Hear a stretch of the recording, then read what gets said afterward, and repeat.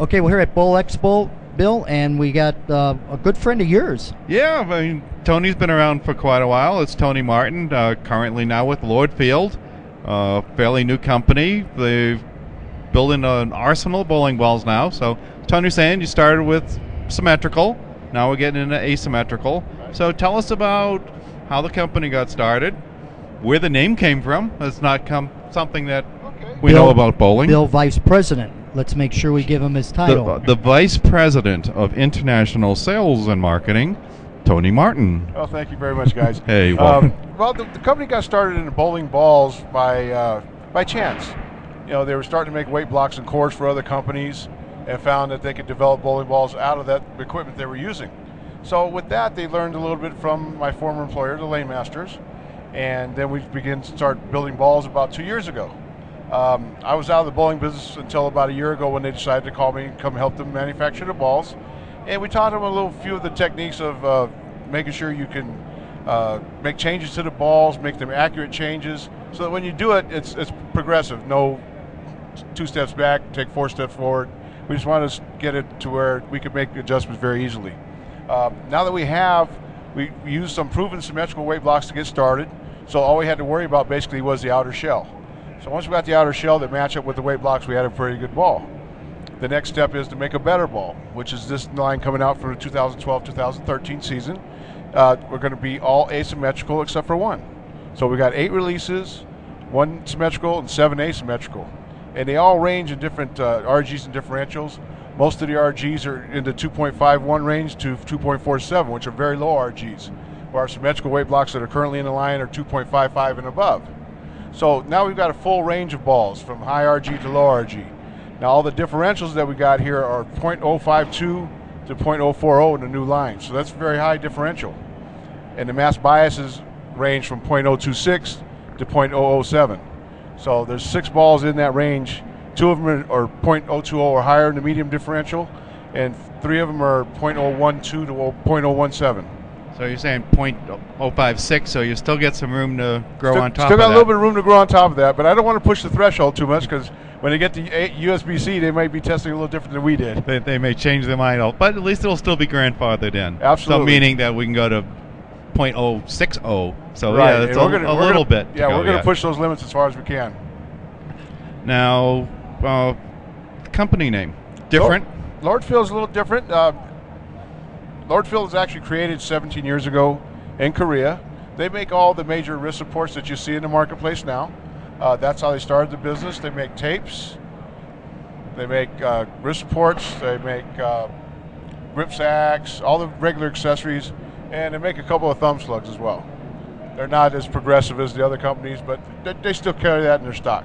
Yeah, because being a smaller company and you're talking about developing lines of bowling balls, you guys, being small, can't come out with a boat anchor. No, I mean, we can't. You got to have a hit right off the bat. Absolutely, we got to have the best bowling ball we can right away. Going back to the name, the owner of the company is actually a very responsible man, very good businessman in Seoul. His church, he is one of what we call a deacon in our society. They call him an overseer, and he's very deep in religion. He's Christian, and that's where the Lord Field came from. So now we know the rest of the story. Yeah. Very good. And the way the balls look, they're very great colors, and just the whole schemes of them are very appealing to people. Right, and what we did, developing new asymmetricals, we had to create covers that were comparable and usable with the new weight blocks. We haven't developed a super cover yet because we haven't found a need to it. These weight blocks are so strong that if we put a super cover on it, it's going to be a no good ball because it's going to hook too much and it's going to be done before it even gets to the pin deck. So we developed these colors with a little bit of extra micas and the pearls to make them skid a little further and get a little more reaction in the back. Some of them we put extra pearl but sanded them so they had a medium reaction, and some of them we just went with solids and didn't have to put any pearl or particle or anything in them. They reacted just fine with the weight block that they have. So it took about 4 months just to match up the colors with the weight blocks in the right combination so they roll better.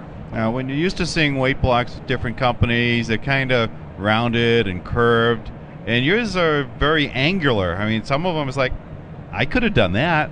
Yeah, and that's what it looks like. I theorized the 3D architecture, and I'd use some 3D software, and I kept getting those lumps that would just make the ball wobble, and I just couldn't keep going forward. So I decided, let's make this simple, because I am looking for the average bowler. I'm not looking for the high-end bowler.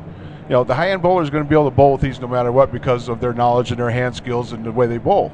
But the average bowler is the 150 to 160 that wants to become a 170, 180, 190 bowler. That's what I'm targeting. So with the straight lines and angular lines, we basically went on the x-axis and a y-axis, and then developed the z-axis so they could be progressive with the ball that they're using. So the guys that's 160 are going to get a bigger advantage than the guy that's 220. And you use a very high-tech modeling system, I understand. Yeah, I went back to the old school of weight displacements and volumes, taking shapes and actually sinking them in water and see what the cc's were, and then developing a formula from cc's to grams, and then putting them all back together and put piece, and then put them all together and see how they worked. And what are all those little pieces made out of? They're all made out of lead. They started off with wood. They started off with wood. We went to modeling plastic after that. Then we put them together to make the forms for the weight block, and then we went with the lead weight blocks. Did I hear somewhere that you used Legos? No. We kind of did the Lego thing, but without the round tops on them. Okay. Just because we saw it somewhere else. Hope you edit that out. But no, it was just a basic symmetry that we tried to use that we knew worked, and then add to it and make it a little different so that it worked for us. Because again, we're looking for the average bowler, not the high-tech bowler. Because the guy that's averaging 220 can only average so much more, where a guy that averages 160 can jump 20 to 30 pins, with one ball. Now, have you got any pro staff using the equipment out there anywhere? We have 25 pro shop staffers out in the U.S. right now. We're getting ready to sign all our PBA guys. We've got 4 guys lined up for the West Coast. Got 2 in the New York area. And then we're going to be starting our search for our amateur staff very shortly. Now, your kind of general is we don't know who, or we don't let people know yet? I'm signing average shop owners, PBA guys. I'm looking at, in the West Coast, I'm looking at Joe Goldstein Jr. His father and I bowled together in tour and everything else years and years ago. Robbie Morris, son of Betty Morris, he's going to be signing with us. Very nice. And we're looking at 2 others, a gentleman named Kent Ames from Eureka. And the 4th one we haven't quite nailed down yet, but I got 2 or 3 that are applying that we're looking at. Have you got Ken's application in yet? Not yet. He hasn't put one in, but we're looking forward to it. Put it in yet. You got some great bags and accessories. Yeah, the bags are going to be coming in sometime around mid-August.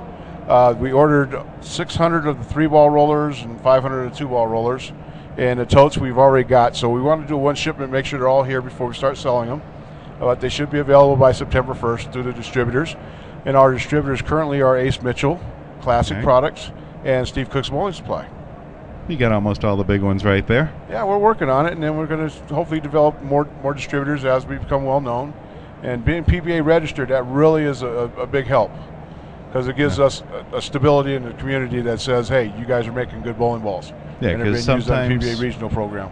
The balls may not be in the pro shop, but when they go in and watch a regional or a senior, the product registrations are right there. They pick up a program, they open it up. Hey, I never heard that company before. And they're sitting there, well, let me read all about it. And yeah, and you'd be then surprised. They go to the pro shop, say, hey, you guys carry these?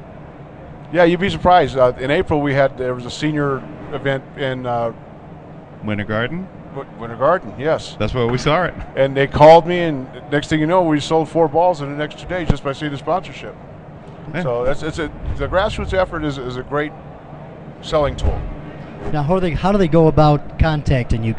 Your company? You can contact me at the website, which is www.lordfield.com. You can reach me on my cell phone at 916-476-9542. I am in the Sacramento area. So 3 hours difference from the East Coast to West Coast. So if you're calling from the East Coast, wait till noon. Please. Please. But if you do have to call me early, it's not a problem. I'm always up at 6 a.m., so happy to take your call at 9 a.m. if you call.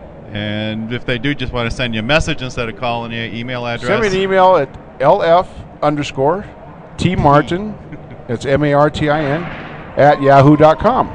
So that's simple enough.